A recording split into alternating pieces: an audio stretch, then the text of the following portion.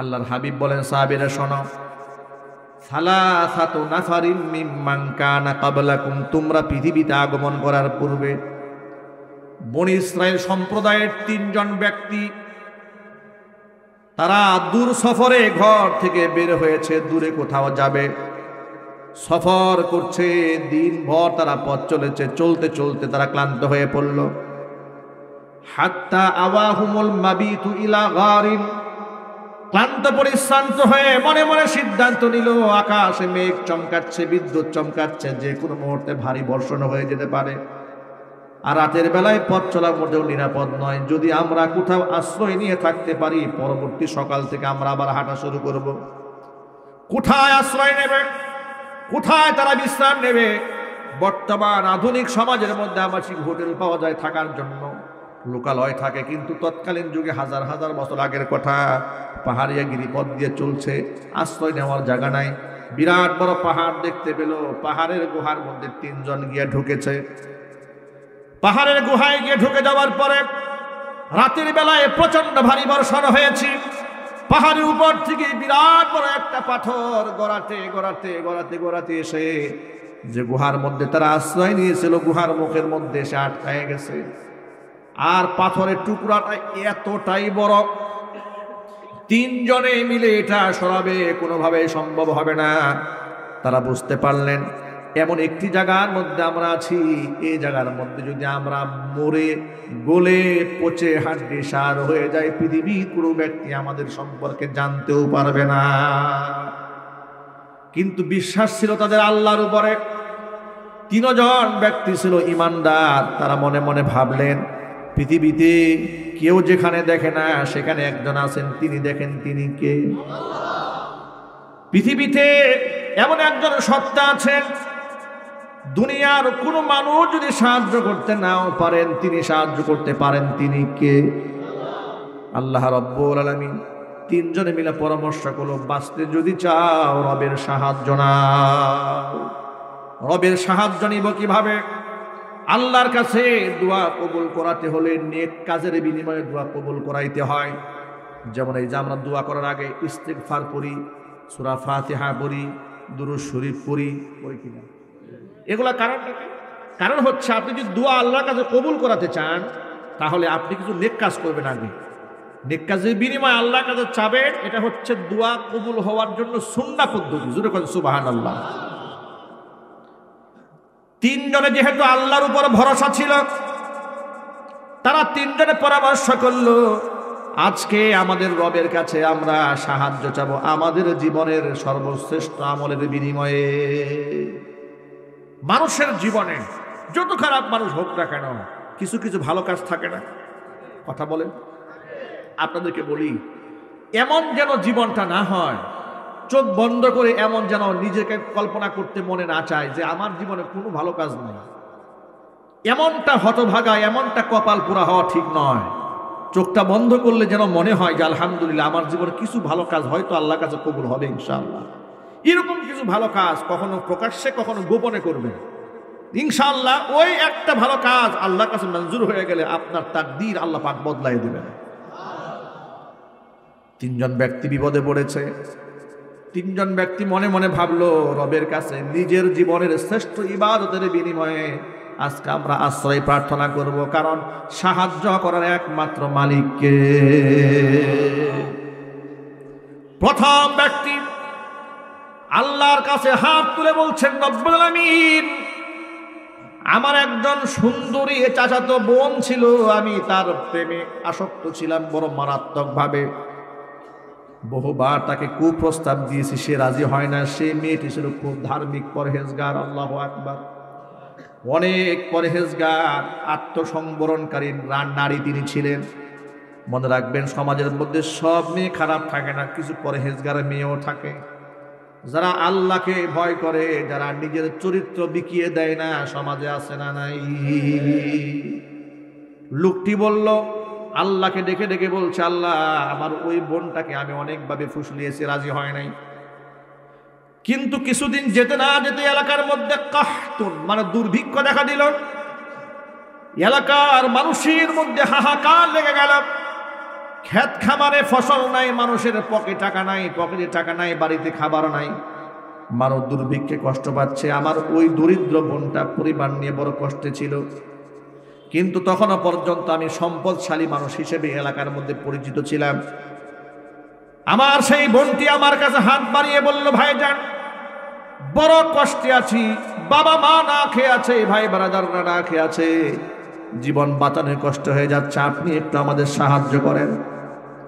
লোকটি বলে, আমি আমার ওই বোনটার দুর্বল পয়েন্ট আমি বুঝতে পারলাম, তাকে আমি প্রস্তাব দিয়ে ফেললাম। এতদিন পর্যন্ত যে অন্যায় প্রস্তাব দিয়েছিলাম রাজি হও নাই, যদি রাজি হয়ে যাও তাহলে তোমাকে আমি 100 দিরহাম দেব। মেয়েটি নিরুপায় হয়ে আমার প্রস্তাবে রাজি হলো। আমি তাকে 100 দিরহাম দিয়ে দিলাম। সে আমার কাছে নিরিবিলি একটা জায়গার মধ্যে হাজির হলো। কোনো বর্ণনার মধ্যে এসেছে আমি যখন তার কাছে গেলাম একান্তে সান্নিধ্যে মিলিত হতে, এমনকি হাতটা জালাস্তু বাইনা রিজলাইহা, আমি তার 2 উরুর মাঝখানে বসেও গেছি। আমার বোনটি আমাকে আমার চোখে চোখ রেখে বলল, ইত্তাকিল্লাহ, আল্লাহকে ভয় করুন। আল্লাহ তাআলা অবৈধ যৌন সংযোগ যেখানে হারাম করে দিয়েছেন, সম্পর্ক আল্লাহ হারাম করেছেন, আপনি হারামকে হালাল বানাবেন না। জাহান্নামের আগুনকে ভয় করুন। রব্বুল আলামিন আমার সেই বোনটি আমাকে যখনই বলেছে জাহান্নামের আগুনকে ভয় করো, আল্লাহকে ভয় করো, বলতে দেরি হয়েছে, লাফ দিয়া তার শরীর উপর থেকে আমি দাঁড়িয়ে গেলাম, তার সংস্রব আমি ত্যাগ করলাম। রব্বুল আলামিন আমি যদি সেখানে আমার চরিতার্থকে আমি ধ্বংস করতে চাইতাম সেটা আমি পারতাম, কিন্তু একমাত্র তোমার ভয়, জাহান্নামের আগুনের ভয় আমি সেখান থেকে বের হয়ে এলাম। পৃথিবীর কেউ সে ঘটনা জানতো না।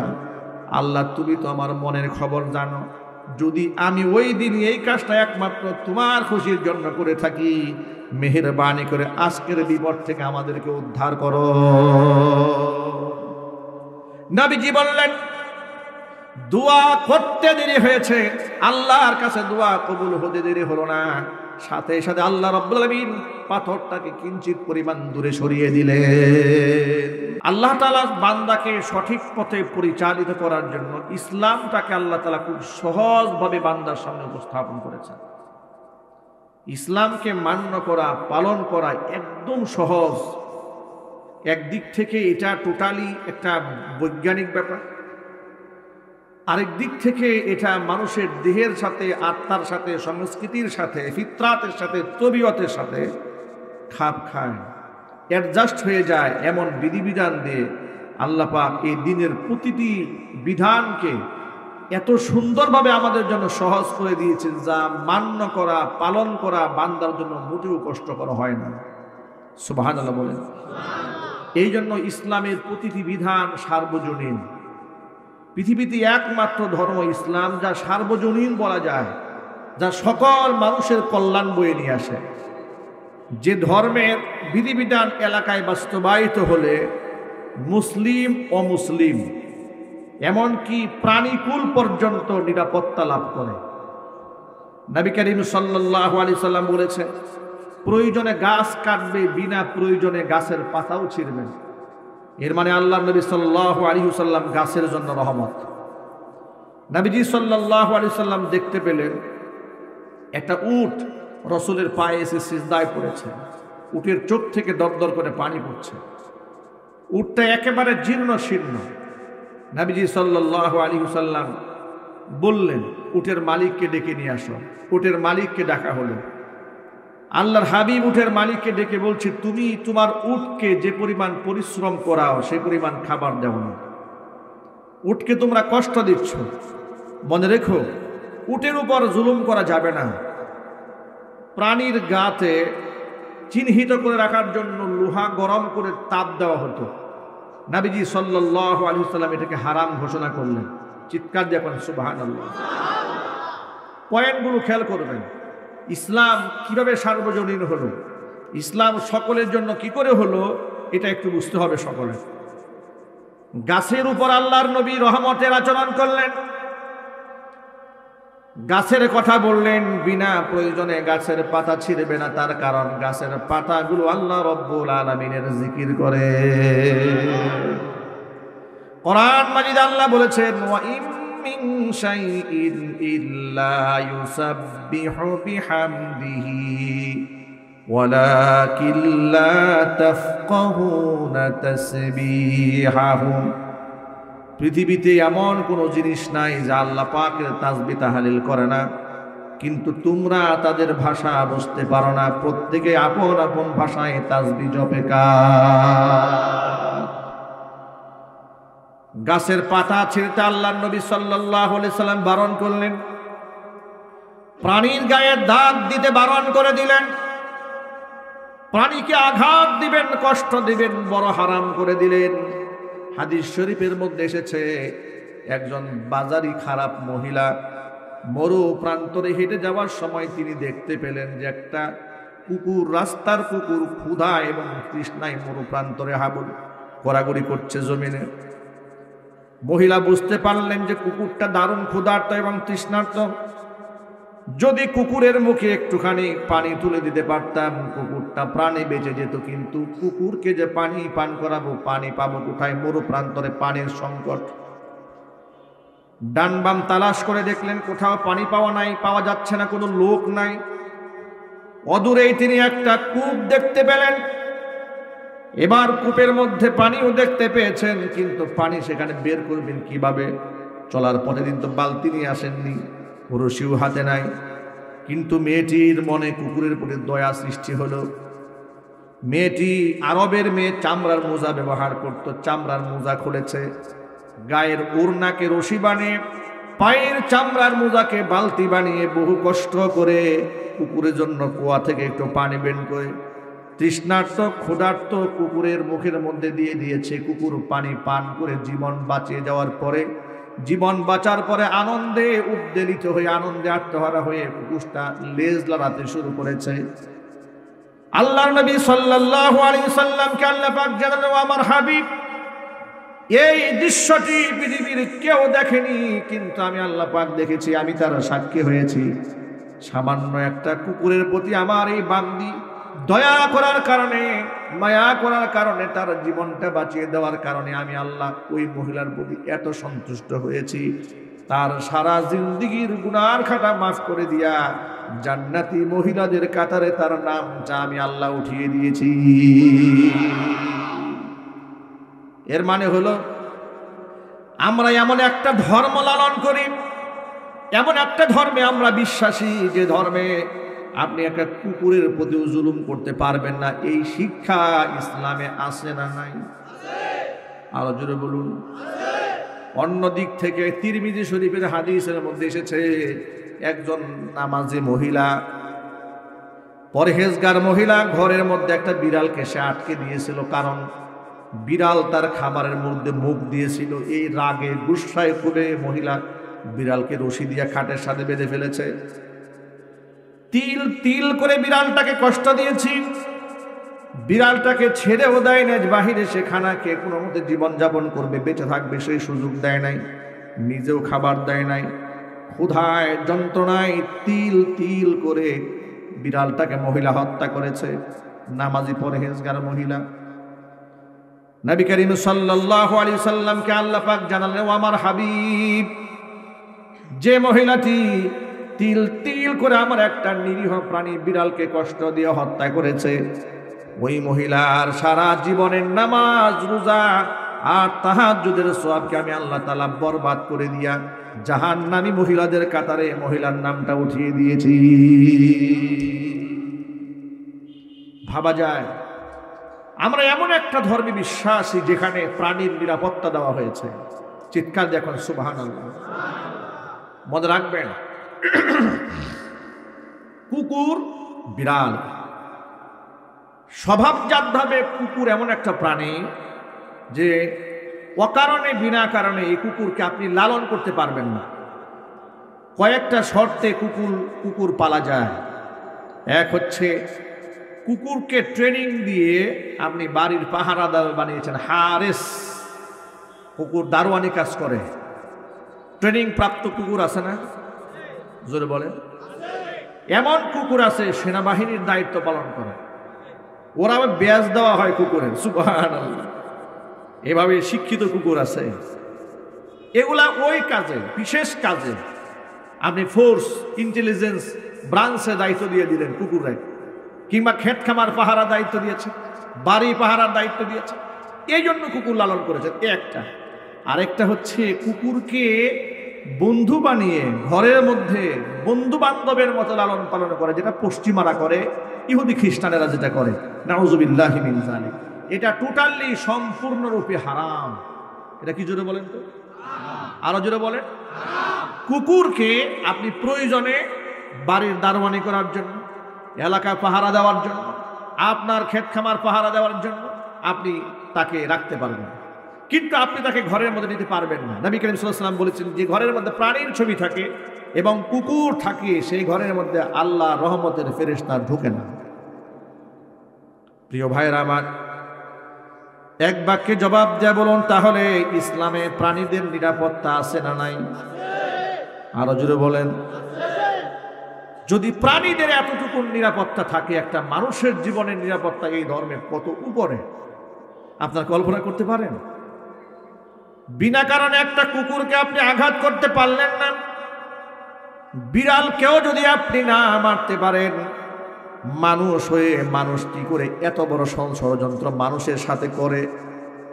এই যে জুলাই আগস্ট বিপ্লবের সময় মানুষ হয়ে মানুষের সাথে এমন ব্যবহার এই দেশের প্রশাসনের লোকেরা করেছে, জানোয়ারের সাথে মানুষ এত নিষ্ঠুর আচরণ করতে পারে না। এত নিষ্ঠুর আচরণ তারা কি করে করেছে?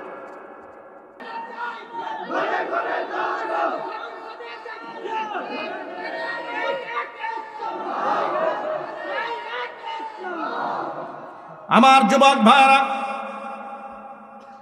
মানুষের উপর রহম করতে শিখেন, তবে জালেমের উপর রহম করা যাবে না। জালেমের উপর রহম করলে মাজলুমের উপর জুলুম করা হয়।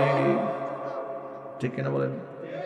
যে ব্যক্তি খুন করেছে, খুনির বিচার হওয়ার দরকার আছে না নাই?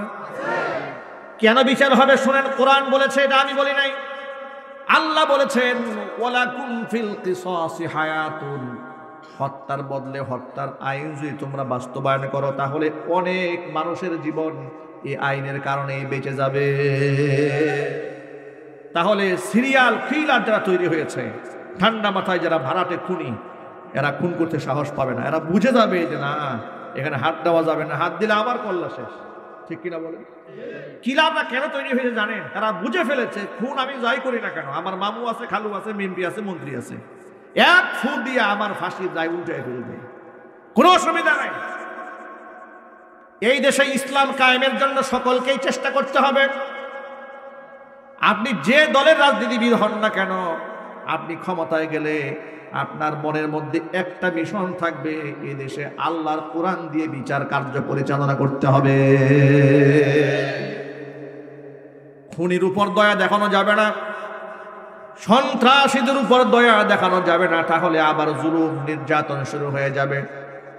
যুবক ভাইরা আমার, কোরআন মাজিদের মধ্যে আল্লাহ সুবহানাহু ওয়া তাআলা আইন করে দিয়েছেন, ওয়া কাতাবানা আলাইহিম ফিহা আন্নান নাফসা বিন নাফসি ওয়াল আইনা বিল আইনি ওয়াল আনফা বিল আনফি ওয়াল উযুনা বিল উযুনি ওয়াস সিন্না বিস সিন্নি ওয়াল জুরুহা কিসাস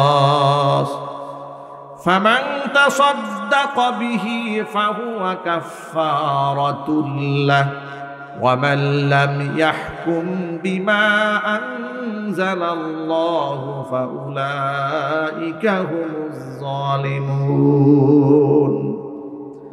আল্লাহ পাক সূরা মাইদার মধ্যে দ্ব্যর্থহীন ভাষায় ঘোষণা করে দিলেন, ওয়া কাতাবানা আলাইহিম, মানুষের জন্য আমি লিখিতভাবে আইন করে দিয়েছি, এটা ফরজ করে দিয়েছি কিতাবের মধ্যে। আইনটা কি? আমার আইন, আন্নান নাফসা বিন নাফসি, জানের বদলা জান, ওয়াল আইনা বিল আইনি, চোখের বদলা চোখ, ওয়াল আনফা বিল আনফি, নাকের বদলায় নাক, ওয়াল উযুনা বিল উযুনি, কানের বদলায় কান, ওয়াস সিন্না বিস সিন্নি, দাঁতের বদলা দাঁত, ওয়াল জুরুহা কিসাস, আঘাতের বদলা আঘাত। আইন করলেন কে? আরো জোরে বলুন না কে? অথচ আল্লাহর আইন বাদ দিয়া যদি মানুষের আইন মানেন, আল্লাহর কসম করে বলি, মানুষ আবেগে ভুল সিদ্ধান্ত দেয়, মানুষের বিবেক কাজ করে না, উল্টা পাল্টা রায় দেয়, মিথ্যা রায় দিয়া বিনা অপরাধে নিরাপরাধ মানুষগুলোকে ফাঁসির কাস্টে ঝুলিয়ে দেয়। ওই যে ছোট্ট রফিকুল ইসলাম মাদানীকে চেনেন না? মানুষটা ছোট কিন্তু কলিজাটাও অনেক বড়, ঠিক না ভাই? মানুষ ছোট, কলিজা পা থেকে মাথা পর্যন্ত পুরোটাই কলিজা। কথা বলেন ঠিক কিনা বলেন? ওই যে একজন বলেন ময়মনসিংহে পোলাপান, মনে হয় ওনার বাড়ি ময়মনসিংহ না আপনার? মাশাআল্লাহ, দেখছেন এখন সাহসী ছেলেকে নিয়ে দেশের লোকেরা গর্ব করে, আল্লাহু আকবার বলেন। এখন উনি বলল, দেখেন তাকে জেলখানায় নেওয়ার 11 মাস পরে, কত মাস পরে? 11 মাস পরে বিচারক তাকে জিজ্ঞেস করে উঠছে, আচ্ছা হুজুর আপনি কি কোনো ভুল করেছেন কিনা কোন? কয় মাস পরে? বেচারার 11 মাস জেল খাটা শেষ। সে আফসোস করে বলে, আমাকে 11 মাস পরে বিচারক জিজ্ঞেস করে যে আমি কি কোনো ভুল করছি কিনা। এখন আপনারা একটু বলেন, 11 মাস শেষ হয়েছে, এতদিন পরে বিচারকের মাথায় দিয়েছে, জিজ্ঞেস করা দরকার হুজুরের ভুলটা কি। তাহলে যে 11টা মাস যে পাস হয়ে গেল, তার জীবন থেকে হারিয়ে গেল, নিদারুণ কষ্ট করলো সে, তার পরিবার, তার মা, তার আত্মীয় স্বজন, তার মুহিব্বিন, যে কষ্ট করলো, এর দায়ভারটা কে নেবে? কে নেবে এই দায়ভার? এই জন্য বলি, গণবিপ্লবের মাধ্যমে রাষ্ট্র যেমন সংস্কারের জন্য দাবি উঠেছে, শুধু রাষ্ট্রের বিভিন্ন সেক্টর যেমন সংস্কারের দাবি উঠেছে, এই দেশের আইন কানুনও সংস্কার করা দরকার।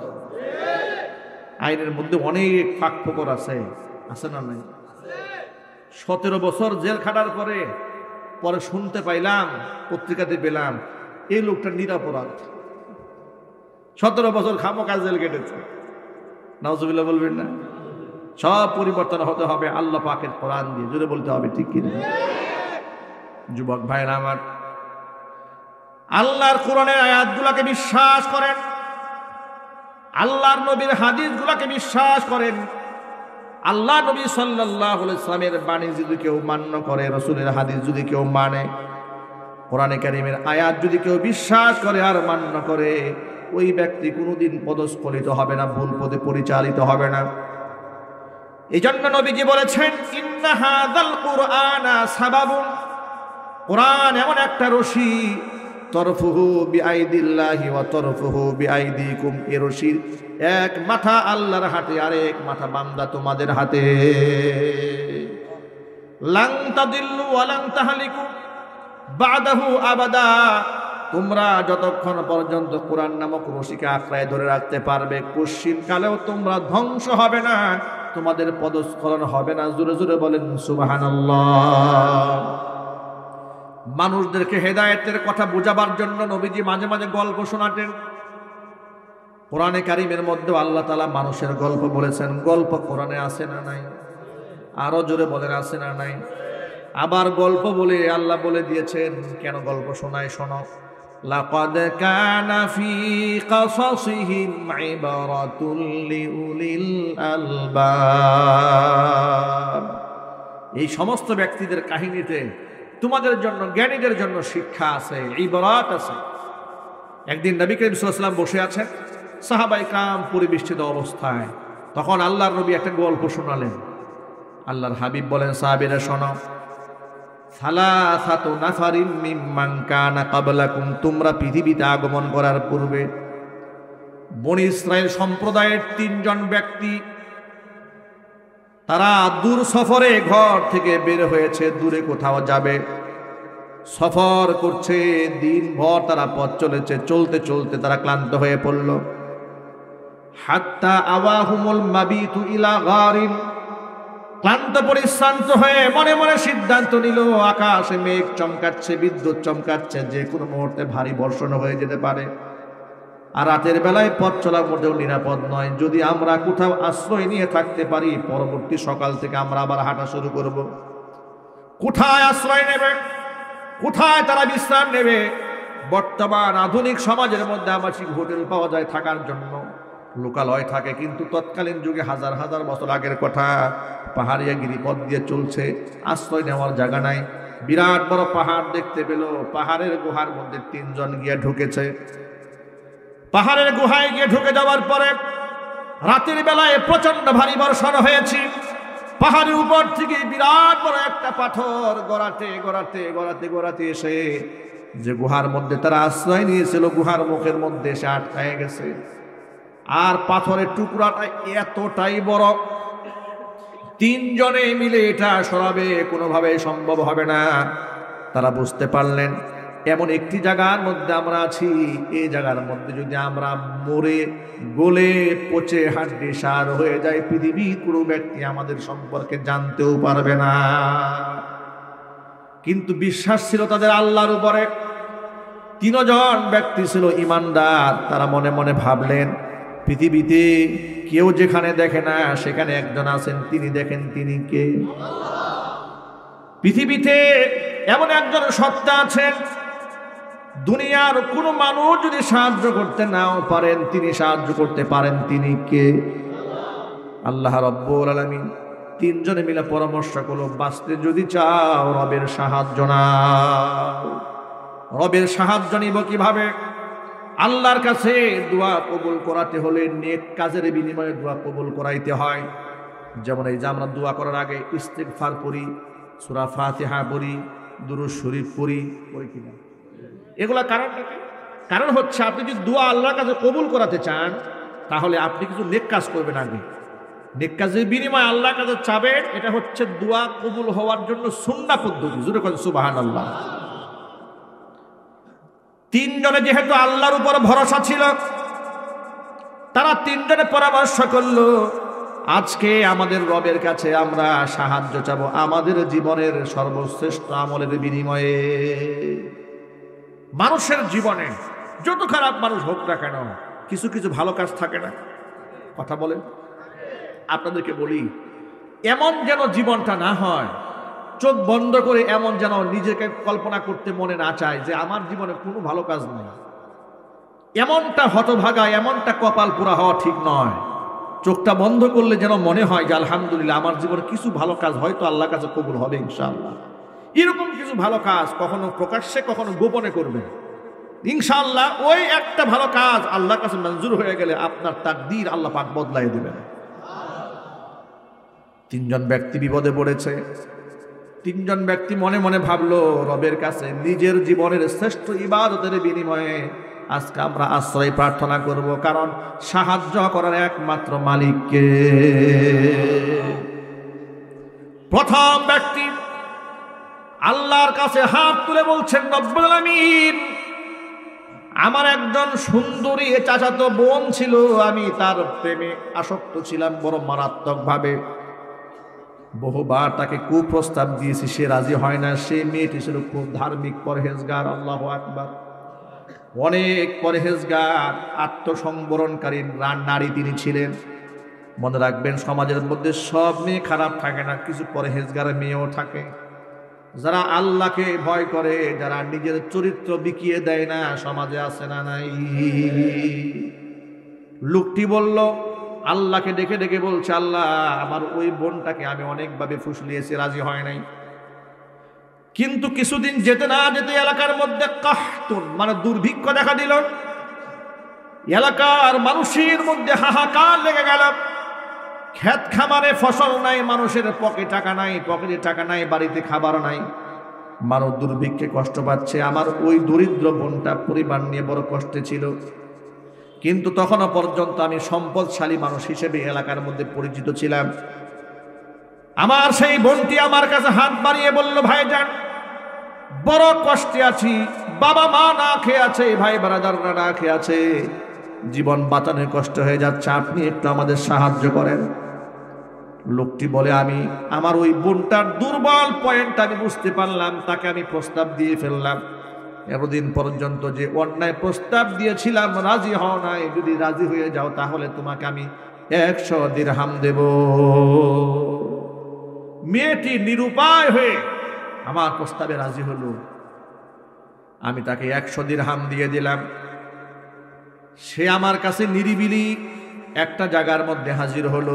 কোনো বর্ণনার মধ্যে এসেছে আমি যখন তার কাছে গেলাম একান্তে সান্নিধ্যে মিলিত হতে, এমনকি হাত্তা জালাস্তু বাইনা রিজলাইহা, আমি তার 2 উরুর মাঝখানে বসেও গেছি। আমার বোনটি আমাকে আমার চোখে চোখ রেখে বলল, ইত্তাকিল্লাহ, আল্লাহকে ভয় করুন। আল্লাহ তাআলা অবৈধ যৌন সংযোগ যেখানে হারাম করে দিয়েছেন, সম্পর্ক আল্লাহ হারাম করেছেন, আপনি হারামকে হালাল বানাবেন না। জাহান্নামের আগুনকে ভয় করুন। রব্বুল আলামিন আমার সেই বোনটি আমাকে যখনই বলেছে জাহান্নামের আগুনকে ভয় করো, আল্লাহকে ভয় করো, বলতে দেরি হয়েছে, লাফ দিয়া তার শরীর উপর থেকে আমি দাঁড়িয়ে গেলাম, তার সংস্রব আমি ত্যাগ করলাম। রব্বুল আলামিন আমি যদি সেখানে আমার চরিতার্থকে আমি ধ্বংস করতে চাইতাম সেটা আমি পারতাম, কিন্তু একমাত্র তোমার ভয়, জাহান্নামের আগুনের ভয় আমি সেখান থেকে বের হয়ে এলাম। পৃথিবীর কেউ সে ঘটনা জানতো না। আল্লাহ তুমি তো আমার মনের খবর জানো, যদি আমি ওই দিন এই কাজটা একমাত্র তোমার খুশির জন্য করে থাকি, মেহেরবানি করে আজকের বিপদ থেকে আমাদেরকে উদ্ধার করো। নবীজি বললেন, দোয়া করতে দেরি হয়েছে, আল্লাহর কাছে দোয়া কবুল হতে দেরি হলো না। সাথে সাথে আল্লাহ রাব্বুল আলামিন পাথরটাকে কিঞ্চিত পরিমাণ দূরে সরিয়ে দিলেন। কিন্তু যতটুকু সরেছে এখান থেকে বের হওয়া সম্ভব নয় একজনের, বাকি থাকলো কয়জন? আরো যদি বলেন। দ্বিতীয় ব্যক্তি এবার আল্লাহর কাছে হাত তুলেছে, রব্বুল আলামিন আমার বৃদ্ধ বাবা ঘরের মধ্যে আছে, আমার সব সময়ের আমল হলো বাবা মার উপরে পৃথিবীর কাউকে আমি প্রাধান্য দেই না। এমনকি রাতের বেলায় কোনোদিন বাবা মার খাওয়ানোর আগে আমি আমার সন্তান, স্ত্রী, এমনকি নিজের মুখের মধ্যে খাবার দেই না। জোরে বল সুবহানাল্লাহ। এমন সন্তান এই পৃথিবীতে বর্তমানে কি একটা খুঁজে পাবেন না? এই সমাজে একটা সন্তান এমন খুঁজে পাওয়া যাবে? তাহলে আপনারা চিন্তা করেন বাবা মার প্রতি কেমন আনুগত্যশীল সন্তান হলে তিনি বলছেন, হে আল্লাহ, আমি আমার বাপ মাকে রাতের বেলায় না খাইয়ে কোনোদিন সন্তানদের মুখে খাবার তুলে দেই না। অথচ আপনাদের কি মনে হয় সন্তানের প্রতি বাবা মার মোহাব্বত আছে না নাই? ভালোবাসা আছে না নাই? কিন্তু বাপ মার সম্মান সবার উপরে, এমনকি আল্লাহ এবং রাসূলের পরেই এই পৃথিবীতে বাপ মার স্থান। চিল্লায় এখন আল্লাহু আকবার। পৃথিবীর 1 লক্ষ পীর এক পাল্লায় যদি দেন, আপনি একজন সন্তান হিসেবে 1 লক্ষ পীর যদি এক পাল্লায় দেওয়া হয়, আপনার সামনে আপনার মাকে যদি আরেক পাল্লায় দেওয়া হয়, কসম আল্লাহ, ওই 1 লক্ষ পীরের চাইতে আপনার কাছে ইসলামের দৃষ্টিতে মায়ের মর্যাদা বেশি। কিন্তু দুঃখজনক বাস্তবতা, এই দেশে এমন দেখা যায় পীরের জন্য মুরিদরা পাগল। কথা বলেন। পীরের পায়ে সেজদা দেয়, পীরের দরবারে গরু নিয়ে যায়, ছাগল নিয়ে যায়, উরসে গিয়ে নাচানাচি করে, গান বাজনা করে, আসে না নাই? মায়ের খেদমত করে না, মায়ের সেবা করে না, বাপ মাকে শ্রদ্ধা করে না, কিন্তু বাবার নামের জিকির করতে করতে মুখে ফেনা তুলে নাই। কসম আল্লাহর কোনো লাভ নাই। এই দুনিয়ার তামাম পৃথিবীর সব পীরও যদি দোয়া করে আল্লাহর কাছে কবুল হবে তার কোনো গ্যারান্টি নাই, কিন্তু যদি বাপ মা দোয়া করে কবুল হওয়ার গ্যারান্টি আছে না নাই? এটা কি হুজুররা বানিয়েছে নাকি আল্লাহ রাসূল বলেছেন? নবীজি সাল্লাল্লাহু আলাইহি ওয়াসাল্লাম বলেছেন, রিদাল্লাহি ফি রিদাল ওয়ালিদাইনি ওয়া সাখাতুল্লাহি ফি সাখাতিল ওয়ালিদাইন। বাবা মা যদি খুশি হয়ে যায় আল্লাহ খুশি হয়ে যান, বাবা মা যদি নারাজ হয়ে যান তো আল্লাহ নারাজ হয়ে যান। লোকটা বলে, রব্বুল আলামিন আমি আমার বৃদ্ধ বাবাকে আর বৃদ্ধা মায়ের মুখে খাবার তুলে না দিয়ে সন্তানদের খাবার দেই না, এটাই ছিল আমার আমল। একদিন আমি বাড়ি ফিরতে রাত হয়ে গেল, বাড়িতে গেলাম, গিয়ে দেখি আমার মা ঘুমায় গেছে, আমার বৃদ্ধ বাবা ঘুমায় গেছে, কিন্তু আমার সন্তানেরা ক্ষুধার যন্ত্রণায় ছটফট করছে, ঘুমায় নাই। বাড়ি যাওয়ার পরে সন্তানরা আমার কাছে খাবার চাইলো। সন্তানরা বলছে, আব্বা জান সব সময় দাদা দাদিকে তো আগে খাবার দেন, তারা তো ঘুমায় গেছে। আমরা ক্ষুধার্ত, আমাদেরকে খাবার দেন। তিনি বলেন, রব্বুল আলামিন আমার সন্তানেরা ক্ষুধার যন্ত্রণায় ছটফট ছটফট করে আমার পায়ের কাছে এসে ঘুমায় গেছে, এরপরেও সন্তানদেরকে খাবার তুলে দেই নাই। খাবার নিয়ে সারা রাত আমি বাপ-মার শিয়রে দাঁড়িয়েছিলাম। সকালবেলা প্রত্যুষ যখন তাদের ঘুম ভেঙেছে, আগে বাবা মার মুখে খাবার তুলে দিয়েছি, এরপরে সন্তানদের মুখে খাবার দিয়েছি। ওই আমার রব, আমার এই আমলটি যদি একমাত্র তোমার সন্তুষ্টির জন্য করে থাকি, যে বিপদের মধ্যে পড়েছি আল্লাহ এই বিপদ থেকে আমাদেরকে উদ্ধার করো।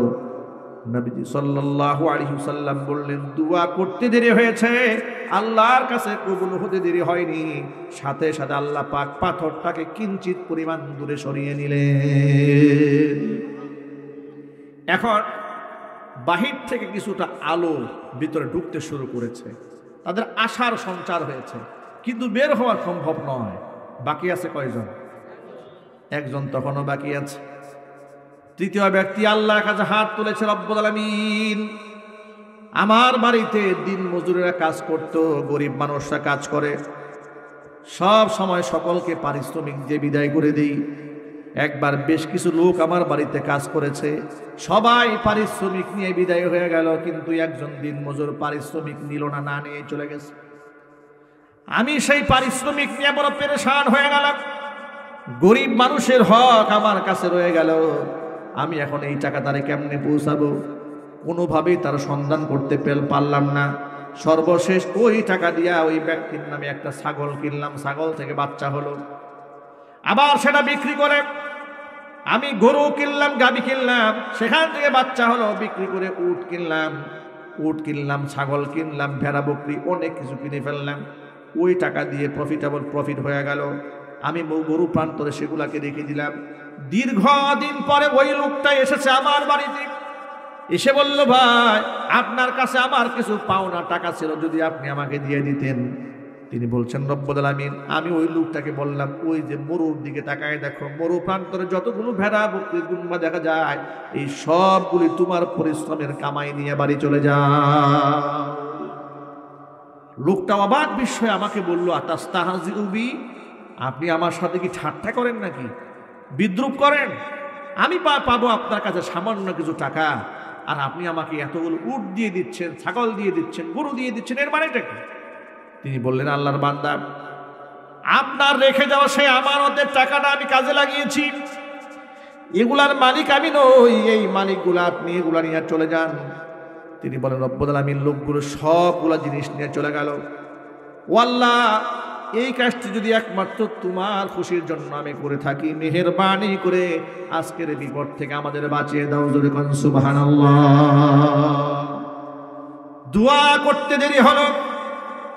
নবীজি সাল্লাল্লাহু আলাইহি ওয়াসাল্লাম বলেছেন, দোয়া করতে দেরি হয়েছে, কবুল হতে দেরি হয় নাই। চিল্লায় কোন আল্লাহু আকবার। আল্লাহ তাআলা সাথে সাথে পাথরটাকে পরিপূর্ণ সরাইয়া তাদের জন্য গর্তের মুখটা উন্মুক্ত করে দিলেন। অনেকগুলো শিক্ষা এখানে আছে। এক নাম্বার শিক্ষা হচ্ছে, আখলিস দীনাকা ইয়াকফিকাল আমালুল কালিল। আমল অল্প হোক না কেন, যদি আপনি একমাত্র আল্লাহর খুশির জন্য কোনো কাজ করেন, পরকালে নাজাতের জন্য যথেষ্ট হয়ে যাবে, আমল অল্প হলেও। দ্বিতীয় নাম্বার শিক্ষা হলো, ইখলাসের সাথে কোনো আমল করলে শুধু পরকালেই সওয়াব পাওয়া যাবে তা নয়, দুনিয়ার বিপদ থেকে আল্লাহ রব্বুল আলামিন ভালো আমলের বিনিময়ে বিপদ থেকে বাঁচিয়ে দেবে। তিন নাম্বার শিক্ষা এখানে আছে। আমার সামনে অসংখ্য যুবকেরা বসে আছেন। যুবকেরা, অনেক যুবকেরা নামাজও পড়ে, রোজাও রাখে, হজও করে, উমরাও করে, যাকাতও দেয়, আবার অনেকে নামাজ কালাম পড়ে না। যারা নামাজ কালাম পড়ে না, আল্লাহ পাক নামাজি বানায় দেন। জোরে কোন আমিন, আরো জোরে কোন আমিন। কিন্তু নামাজ কালাম পড়ার পরেও, নিজেকে মুসলমান দাবি করার পরেও অনেক যুবকেরা অন্যায় প্রেমের মধ্যে হাবুডুবু খায়। ঠিক কিনা বলেন?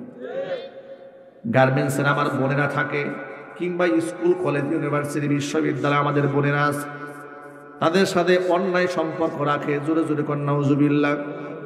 মনে রাখবেন যুবক ভাইয়েরা আমার, অন্যায় সম্পর্ক রাখবেন না, প্রয়োজনে বিবাহ করবেন আল্লাহর হুকুম অনুযায়ী। ইসলামের দৃষ্টিতে বিবাহ করা একদম সহজ আমল, ঠিক কিনা বলেন? ইসলামে বিবাহ করা কি কঠিন কাজ নাকি? একদম সহজ কাজ হচ্ছে বিবাহ করা, কিন্তু জিনা ব্যভিচার করা এটা ইসলামে অনেক মারাত্মক কঠিন হস্তে দমন করা হয়েছে। আল্লাহু আকবার বলেন। কিন্তু আমাদের সমাজ ব্যবস্থা পুরো উল্টা করে দিয়েছে, বিবাহকে কঠিন বানিয়ে দিয়েছে, জিনা ব্যভিচারকে সহজ করে দিয়েছে। যার ধরুন বিবাহের জন্য আইন আছে, 18 বছর আগে মেয়েকে বিবাহ দেওয়া যাবে না, কিন্তু 14 বছরের মেয়ে যে চুটাইয়া প্রেম করতেছে কোনো অসুবিধা নেই। কথা বলে না কেন? বাস্তবতা সমাজে আছে না নাই? ক্লাস 5-এ পরে প্রেম করে ভেঙে গেছে। গতকালকেও অনলাইনে দেখেছি, ছোট্ট এক বাচ্চা মেয়ে চলে গেছে এক ছেলের সাথে। সাংবাদিক জিজ্ঞেস করে যে এটাকে ছোট মেয়ে, পিচ্ছি মেয়ে, ক্লাস 6-এ পড়ে না 5-এ পড়ে, সে মেয়ে বলছে এটা আমার বয়ফ্রেন্ড। নাউজুবিল্লাহ বলবেন না? দেখলে মনে হয় যে কচু গাছের লোকেরা দৌড়ে দিয়ে গিয়া একটুক মেয়ে বলে এটা আমার বয়ফ্রেন্ড। কি লজ্জা, কি শরম, কি নির্লজ্জাতা এগুলো! যুবক ভাইরা মনে রাখবেন এই কথা, শুধু লজ্জাস্থান দিয়ে জিনা করার নাম জিনা নয়। চোখেরও জিনা আছে, হাতেরও জিনা আছে, অন্তরেরও জিনা আছে, না নাই? আল্লাহর কসম আমি বানিয়ে একটি কথাও বলছি না। আল্লাহ নবী বলেছেন ওয়াল্লা আইনানি জিনাহুমান নাজরু, দুই চোখের জিনা হচ্ছে দুই চোখ দিয়ে কামুক নজরে পরনারীর দিকে তাকানো। ওয়াল উযুনানি জিনাহুমাল ইস্তেমা, দুই কানের জিনা হচ্ছে গভীর মনোযোগ সহকারে একজনের কথাকে শ্রবণ করা। 3 নাম্বার হাতের জিনা হচ্ছে হাত দিয়ে স্পর্শ করা। অন্তরের জিনা হচ্ছে মনে মনে বাজে কল্পনা করা। পায়ের জিনা হচ্ছে পা দিয়ে এগিয়ে যাওয়া। লজ্জাস্থান সেটাকে আমলে বাস্তবায়ন করে। জুরে কন্যা আউযুবিল্লাহ। মাইকের আওয়াজ বাহিরে যাচ্ছে, অসংখ্য মায়েরা বোনেরা আমার কণ্ঠের আওয়াজ শুনতে পাচ্ছেন। মায়েরা বোনেরা সাবধান, নিজেকে বেপরদার মাধ্যমে পর পুরুষের সামনে কোনোদিন উপস্থাপিত করবেন না। কসম আল্লাহর দাম থাকবে না, দাম থাকবে না। কারণ যে জিনিস সহজে পাওয়া যায়, সস্তায় পাওয়া যায়, সমাজে তার মূল্য থাকে না।